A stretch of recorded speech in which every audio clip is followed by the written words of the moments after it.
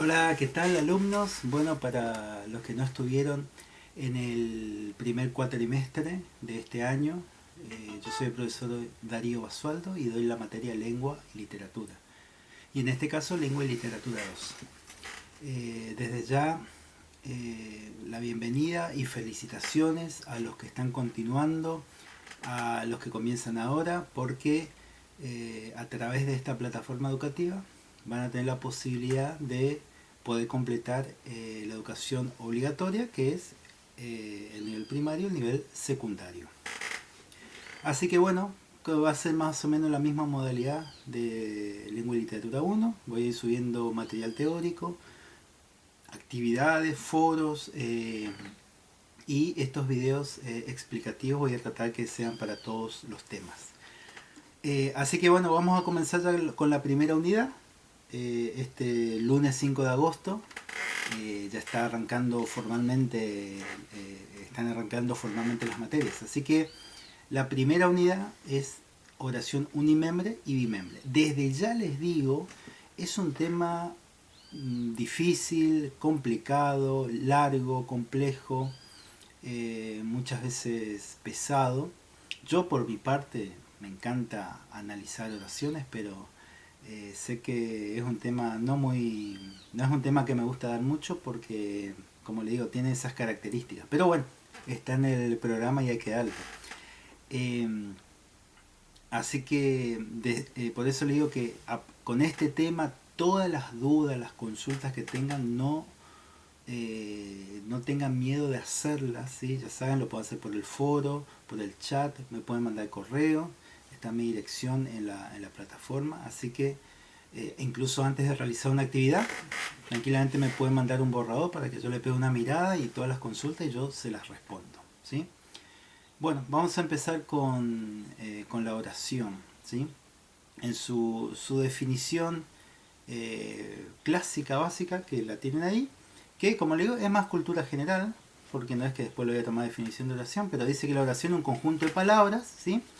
Que expresa una idea de manera coherente y tiene independencia sintáctica. Y algo básico que aprendemos desde muy pequeños, que empieza con mayúscula y termina en el punto. Cuando decimos conjunto de palabras, es generalmente una oración está formada por varias palabras, pero una sola palabra me puede hacer una oración, ¿sí? Eh, pero esa es la definición clásica. Una idea coherente, es decir, una oración puede ser la tía María de 62 años. Ahí tengo una oración que expresa una idea coherente. O puedo tener la tía María de 62 años vendrá mañana a casa. Otra oración que expresa una idea coherente. Ahora, si tengo una oración que diga, no sé, la tía 62 mañana casa vendrá, es lo mismo que le dije antes, pero no expresa una idea coherente, ¿sí? Después vamos a ver cuando tengamos literatura que se pueden hacer esos jueguitos, pero esos ya son juegos que se hacen con el idioma. La idea coherente es que tenga sentido. Y que tiene independencia sintáctica. Para esto vamos a recordar algo de lengua y literatura 1, ¿sí? Y si no le pueden pegar una mirada, cuando vimos clases de palabras y una parte hablábamos de que las palabras se analizan en diferentes niveles. El nivel sintáctico, morfológico y semántico. Y que en lengua y literatura 1 íbamos a estudiar solo el sintáctico y morfológico. Y ahora en el lengua y literatura 2 vamos a estudiar el nivel sintáctico, que tiene que ver con la función que puede tener una palabra dentro de una oración. Es decir, cada palabra en nuestro idioma tiene una definición, tiene accidente, etcétera. Pero una palabra, una misma palabra puede tener diferentes funciones dentro de una oración según en qué lugar está, en qué parte, ¿sí? Para compararles con algo como el fútbol, ¿sí?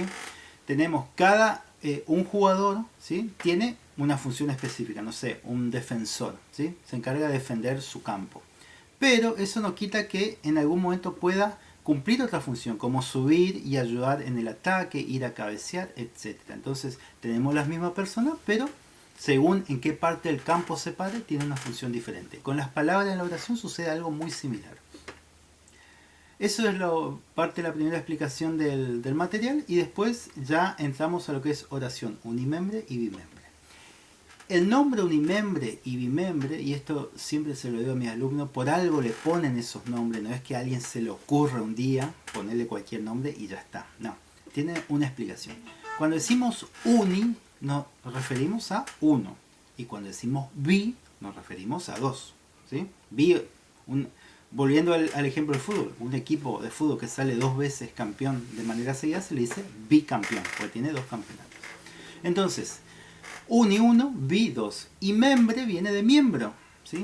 De miembros de algo, como si uno, no sé cómo se ocupará ahora, pero antes si uno entraba a un club digamos algo selecto, se le decía que se le entregaba la membresía, es decir, era miembro de ese club. Entonces, uni, 1, membre, miembro, un miembro. Bi 2, membre, miembro, 2 miembros. Entonces, las oraciones unimembres son las que tienen un miembro y las oraciones bimembres son las que tienen 2 miembros, ¿sí?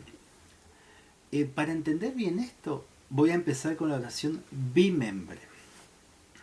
La oración bimembre es la que tiene un sujeto y un predicado. Esto, por ahí, están medio olvidados, pero esto se da ya en la primaria, así que no van a ser palabras muy extrañas. Entonces esos 2 miembros de la oración bimembre son el sujeto y el predicado. Y algo muy importante, si existe un sujeto, existe un predicado. Y si existe un predicado, existe un sujeto. Ambos son consecuencia del otro. No puede existir uno y no existir el otro. Eso tengan muy en claro. Para no confundir con la oración unimembre, la oración unimembre no significa que tiene un sujeto o tiene un predicado. Significa que no se puede separar en sujeto y predicado. Eso tenga mucha atención, porque un error, le digo, muy común, decir, porque después vamos a ver en el análisis de oraciones que yo puedo tener una oración donde solo marco el predicado, ¿sí? Y el sujeto, pero hay un sujeto, solo que no está dentro de la oración. Entonces uno se puede confundir si es una oración unimembre porque solo tiene predicado, y no es así. La oración bimembre se separa en sujeto y predicado. Si se puede separar en sujeto y predicado, significa que si hay sujeto, hay predicado, y si hay predicado, hay sujeto. Y la oración unimembre es la que no se puede separar en sujeto y predicado. Y por eso tiene un solo miembro, ¿tá? Bueno, eso ténganlo muy en cuenta. Ahí está igual resaltado en negrita para que no se les pase largo, ¿sí? Para reconocer estas dos oraciones, además,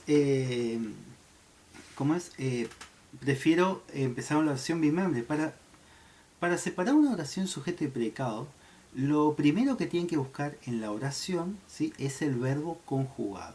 Si no se están acordando que es el verbo conjugado, también puede ir a Lengua y Literatura 1, que vimos en una unidad el verbo y ahí está explicado. Pero básicamente el verbo conjugado es el que le doy un tiempo y una persona. Por ejemplo, a ver la oración que le doy de ejemplo, comienza. Yo tengo la oración, el verbo comenzar, pero no está conjugado, es su estado infinitivo, es decir, el que encuentro en el diccionario. Perdón. En cambio, comienza tiene tiempo, presente y una persona. Él o ella comienza. Eso es un verbo conjugado. Cuando le doy una persona, alguno de los pronombres personales, yo, tú, él, nosotros, vosotros, ellos, y le doy un tiempo, pasado, presente y futuro, ¿sí? Entonces yo tengo que buscar ese verbo en la oración, ¿sí? Ese verbo en la oración. Y ese va a ser el verbo conjugado. Y ese que me va a formar el verbo núcleo, que después más adelante vamos a desarrollar ese tema. Pero el verbo conjugado en una oración es lo que se va a llamar después el verbo núcleo. Una vez que yo reconozco el verbo, reconozco el verbo, me tengo que hacer esta pregunta. ¿Quién, quiénes o qué realiza esa acción? En el ejemplo que les di ahí en el material van a ver que está. La novela comienza mañana. ¿Cuál es el verbo núcleo? Comienza. Es el verbo conjugado. Y ahí yo me hago la pregunta. ¿Quién, qué o quiénes comienza mañana? Y eso es musical. Comienza, ¿sí? Me voy a hacer la pregunta, ¿qué o quién comienza? Y ahí voy a decir la novela. Entonces la novela es el sujeto, comienza mañana el predicado, ¿sí? Por ahí cuesta esto al principio, pero esa es la formulita. Buscar el verbo conjugado, lo marco, verbo núcleo, y me hago esas preguntas. Y ahí voy a poder separar en sujeto y predicado. Así que esa es la forma de reconocer una oración bimembre. Y si no puedo hacer esa separación, estoy ante una oración unimembre, ¿sí? Y abajo tienen casos de oración unimembre. Digamos, para reconocer, tener unas trampitas para reconocer las unimembres. Hay varios casos, yo le puse, digamos, los más comunes, ¿sí? El primero es no hay verbo conjugado, ¿sí? O sea, no existe un verbo. Y ahí le doy el ejemplo, lindo día de sol. Ahí tengo una oración unimembre porque no hay verbo conjugado y no puedo hacer esa separación en sujeto y predicado. El segundo es cuando el verbo está en infinitivo, que hablé hace un ratito. El verbo en su estado natural, ¿sí? Para que el verbo esté conjugado tiene que tener persona y tiempo. En infinitivo no tiene ninguna de las dos cosas, entonces no me hace un verbo núcleo, ¿sí? Y ahí el ejemplo está el reír de los niños en la escuela. Reír es un verbo, pero no está conjugado. Un error muy común es marcar reír, verbo núcleo, y ahí hace una separación, pero no se hace eso, ¿sí? El reír de los niños en la escuela es una oración unimembre. Ahora, si yo digo, por ejemplo, el reír de los niños en la escuela me alegra las mañanas, ahí sí voy a poder separar en sujeto y predicado porque ahí hay un verbo conjugado que es alegra. ¿Quién me alegra en las mañanas? El reír de los niños en la escuela. Y eso va a ser el sujeto y lo demás predicado, ¿sí? Esto se lo digo porque podemos tener oraciones así. Después, un caso muy interesante son los verbos llamar, aplaudir y golpear, ¿sí? Estos verbos, ¿qué pasa con estos verbos? Yo siempre ocupo la formulita llaman a mi puerta, golpean mi puerta, aplauden afuera, ¿sí? Y fíjense que siempre hago en plural. Ellos golpean, ellos aplauden, ellos llaman. Esto es una formulita porque se juega con la lógica que sí. Vamos a tomar el tema que ahí está, golpeando mi puerta, ¿sí? Yo digo, che, están golpean la puerta, ¿sí? Pero ¿por qué digo en plural? Porque yo no sé quién está del otro lado. Obviamente que debe ser una sola persona, ¿sí? No van a golpear varios la puerta, ¿sí? No es lo común. Pero yo, ¿por qué digo golpean la puerta? Porque no sé quién está del otro lado. Me lo impide esa puerta, salvo que sea una puerta de vidrio. Ahí voy a decir, mirá, golpea a José, por ejemplo, ¿sí? Lo mismo cuando me llaman por teléfono. Fíjense que si alguien me llama, yo no estoy, me dice, che, te llamaron por teléfono. El que llama es uno, ¿sí? Una persona. Pero como no se identificó, ¿sí? Se ocupa esa fórmula, ¿sí? Distinto se dice, che, te llamó Carlos por el trabajo. Ahí sí está identificado. Bueno, en este caso, entonces, como usted tiene una formulita, a ver qué ejemplo doy. Golpearon la puerta. Ahí usted puede decir, golpearon, un verbo conjugado, tiene tiempo, tiene persona. Pero esa persona está en plural porque es la formulita. Es decir, no puedo decir ellos golpearon la puerta. Simplemente ocupo esa fórmula porque no puedo reconocer quién lo está haciendo, ¿sí? Y el último caso, los verbos impersonales. Impersonal es la negación de la persona. Es decir, los verbos impersonales están relacionados con los fenómenos del clima, ¿sí? Entonces llover, nevar, relampaguear, granizar, garoar, etc. Esos verbos también, aunque los conjugue, no le puedo asignar una persona, ¿sí? Lloverá mañana en la tarde. No puedo decir él lloverá mañana en la tarde. Lloverá es la lluvia, ¿sí? Y que obviamente porque hace esa función de caer arriba abajo, es lluvia, ¿sí? Entonces tampoco puedo decir la lluvia lloverá mañana en la tarde, porque es redundante. Entonces cuando encuentren, ¿sí? Encuentren un verbo de esos impersonales conjugado, seguro es una oración unimembre, ¿sí? Diferente si yo digo, por ejemplo, la lluvia, ¿sí? Inundó el pueblo. Ahí es diferente porque ahí el verbo es inundó. No estamos hablando del verbo impersonal. Bueno, eso en cuanto a teoría.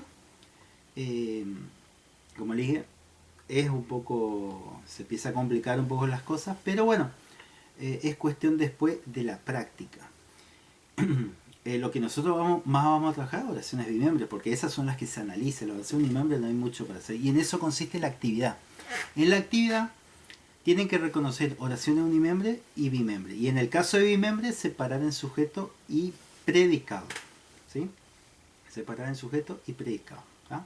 Entonces, ¿cómo van a reconocer? Primero vayan por las bimembres, busquen un verbo conjugado, lo marcan, abajo se pone B corta N, que significa verbo núcleo. Después lo vamos a desarrollar, pero ya saben, el verbo conjugado es verbo núcleo, le ponen BN y ahí se hacen la pregunta, quién, quiénes o qué realiza la acción que ustedes indicaron.